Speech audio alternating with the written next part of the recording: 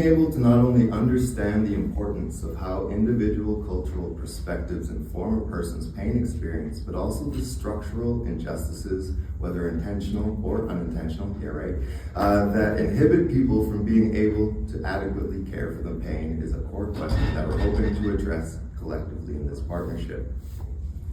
Today we'll share a few of these perspectives, how Indigenous knowledge can and should be woven into pain research, some of the ways that we work towards creating a community partnership framework with Black Canadians living with pain, and how bureaucracy creates an environment for structural violence when people living with pain are tasked with taking on the painful process of getting disability-related income support.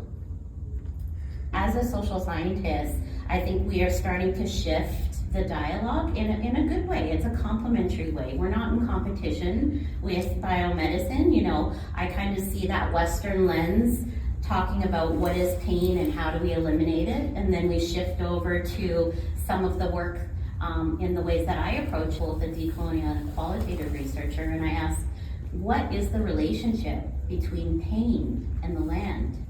How is the history informing that?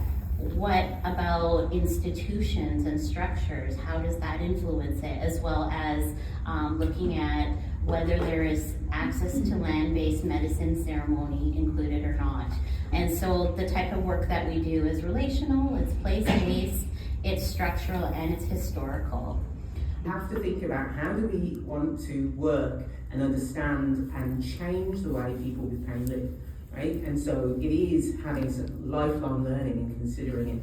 And one of the things I'm always encouraged by, because I teach on cultural mobility quite a bit, is that my students, invariably every year, one of them will say, Anna, isn't this just being a good person? And I'm just like, yeah, right? Generally, it is just like listening to somebody else's culture and being like, oh, that's really important. Let's incorporate that, rather than just deciding what somebody needs and telling them and then having them move through.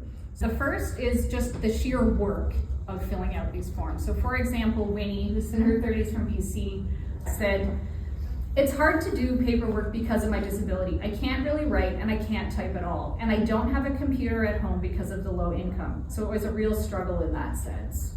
Likewise, Poppy said, the first time I filled out the forms, they denied it, saying I had too many doctors fill out the forms, and she lists her doctors.